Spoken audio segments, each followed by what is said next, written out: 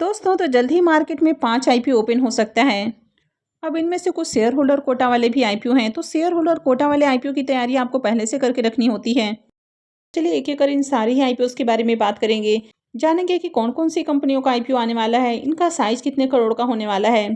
तो चलिए वीडियो को शुरू करते हैं। लेकिन इससे पहले कि मैं वीडियो को शुरू करूँ, अगर आप इस चैनल पर पहली बार विजिट कर रहे हैं या फिर आपने चैनल अब तक सब्सक्राइब नहीं किया है, तो चैनल को सब्सक्राइब कर लें और वीडियो को भी लाइक कर दें। तो जनवरी में जो आने वाले आईपीओस हैं, तो इनमें आपको फ्रैक्टल एनालिटिक्स, क्लीन मैक्स, इन्वायरो और भी कुछ ऐसे आईपीओ देखने को मिल रहे हैं। तो इसमें आपको कुछ एआई वाली कंपनियां देखने को मिल रही हैं और कुछ रिन्यूएबल एनर्जी वाली कंपनियां हैं। तो सबसे पहला अपकमिंग आईपीओ है फ्रैक्टल एनालिटिक्स का आईपीओ। अब ये company artificial intelligence solutions offer करती है, यानी कि एआई से रिलेटेड कंपनी काम करती है। कंपनी 4900 करोड़ रुपए का आईपीओ लेकर आ सकती है, जिसमें 1279 करोड़ का फ्रेश इशू हो सकता है और 3620 करोड़ का ऑफर फॉर सेल होने वाला है। कंपनी में इसके जो कुछ एग्जिस्टिंग शेयर होल्डर्स हैं और प्रमोटर्स हैं, ये अपने स्टेक को डाइल्यूट कर सकते हैं। तो यहाँ पर कुछ इसके एग्जिस्टिंग शेयर होल्डर्स के नाम देखने को मिल रहे हैं। कंपनी फ्रेश इशू के जरिए जो फंड रेज करने वाली है, तो उसका यूज़ कंपनी सब्सिडरी और कंपनी के ऊपर जो कर्ज है उसके भुगतान के लिए करेगी।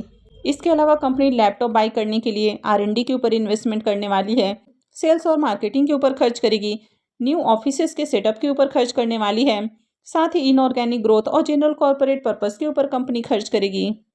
कंपनी साल 2000 में इनकॉर्पोरेट हुई है। तो कंपनी को काम करते हुए करीब 25 सालों का एक्सपीरियंस है। ये कंपनी एक इंटरप्राइजेस आर्टिफिशियल इंटेलिजेंस कंपनी है। तो ये company end to end AI solutions offer करती है। ऑलरेडी इनको सेबी की ओर से मंजूरी मिल चुकी है, तो कभी भी कंपनी अपना आरएचवी फाइल कर सकती है। जैसे कि अभी आप देख रहे हैं कि मार्केट थोड़ा स्टेबल देखने को मिल रहा है, मार्केट में तेजी भी देखने को मिल रही है। तो अगर आने वाले दिनों में भी मार्केट स्टेबल रहता है, तो जल्द ही आपको बैक टू बैक आईपीओ आते हुए देखने को मिलेंगे, यानी कि आईपीओ जल्द ही अनाउंस हो सकते हैं। नेक्स्ट आईपीओ है भारत कुकिंग कोल का आईपीओ। ये कंपनी कोल इंडिया की सब्सिडरी कंपनी है।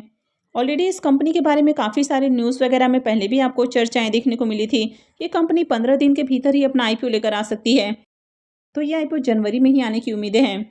कंपनी पूरी तरह से ओएफएस आईपीओ लाने वाली है, यानी कि आईपीओ पूरी तरह से ऑफर फॉर सेल होने वाला है। यहाँ पर कोई भी पोर्शन फ्रेश इशू का नहीं रखा जाएगा। कंपनी आईपीओ के जरिए 46 करोड़ 57 लाख शेयर सेल करने वाली है। फाइनेंशियल 25 में कुकिंग कोल प्रोडक्शन के अकॉर्डिंग देखें तो ये company largest cooking coal producer company है। फाइनेंशियल 25 में कंपनी का डोमेस्टिक कुकिंग कोल प्रोडक्शन 58.50% है। ये कोल इंडिया की सब्सिडरी कंपनी है, यानी कि जिनके पास भी कोल इंडिया के शेयर्स रहेंगे, यानी कि अगर आपके पास कोल इंडिया के एक भी शेयर्स हैं, तो इस आईपीओ में आप शेयर होल्डर कोटा में अप्लाई करने के लिए एलिजिबल हो सकते हैं।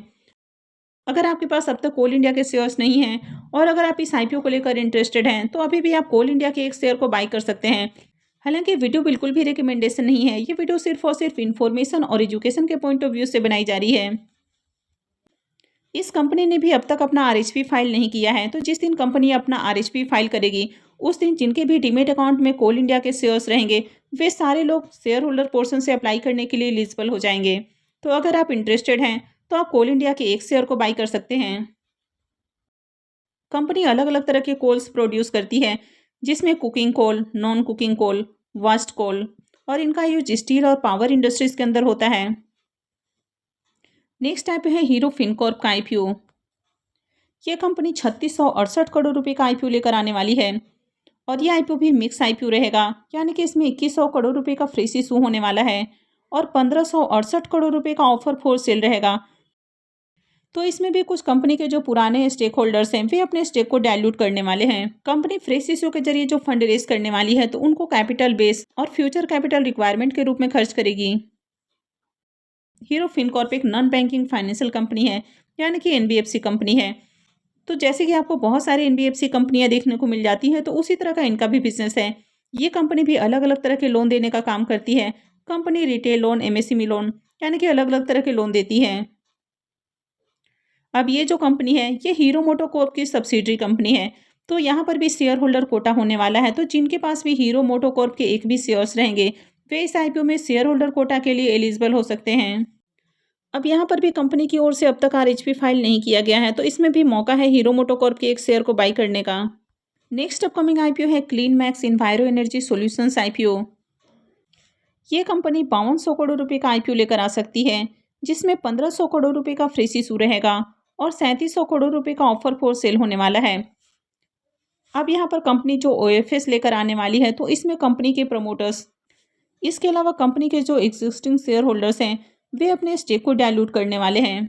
कंपनी फ्रेश इशू के जरिए जो फंड रेज करने वाली है, तो उसका यूज कंपनी सब्सिडरी और कंपनी के ऊपर जो कर्ज है उसके भुगतान के लिए खर्च करेगी।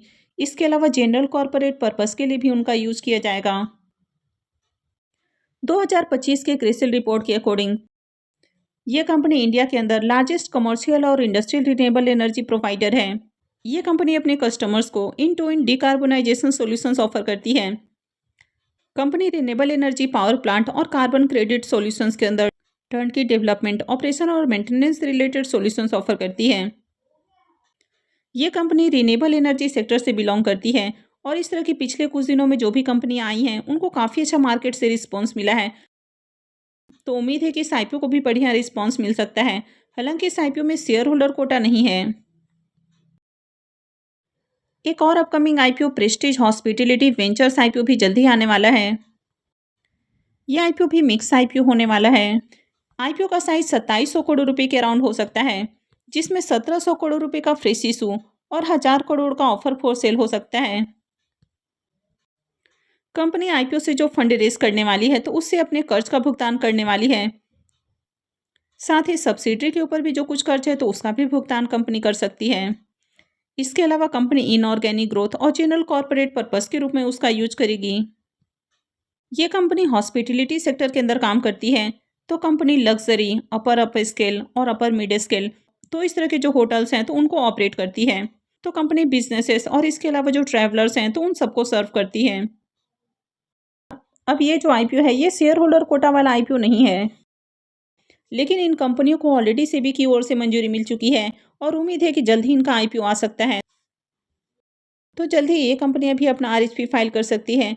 तो जैसे इनके डेट अनाउंस होते हैं या इनसे रिलेटेड और कोई अपडेट आती है, तो मैं भी आपको अपडेट देने की कोशिश करूंगी। तो आगे भी ऐसे ही और अपडेट से जुड़े रहने के लिए चैनल से जुड़े रहें, चैनल को सब्सक्राइब करके रखें और अगर आपने वीडियो को लाइक नहीं किया है तो वीडियो को भी लाइक कर दें। वीडियो को अंत तक देखने के लिए आप सबका बहुत बहुत धन्यवाद।